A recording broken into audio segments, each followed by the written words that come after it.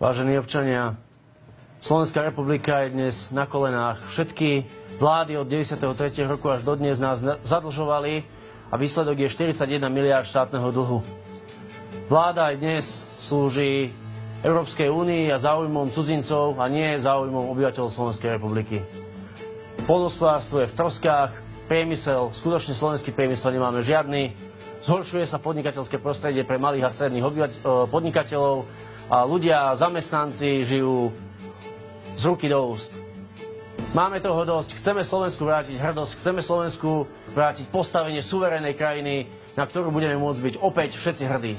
Ak si myslíte, že je najvyšší čas na zmenu, tak nám dajte dôveru. Poďte do volieb a uvidíte, že to spoločne dokážeme. Spoločne dokážeme ešte zachrániť Slovensko, vytrhnúť ho z rúk medzinárodných bank, vytrhnúť ho z rúk svetových a európskych mocností, ktoré sa s nami hrajú ako mačka s myšou. Netreba sa nechať klamať. Poďte voliť podľa svojho srdca, podľa svojho presvedčenia.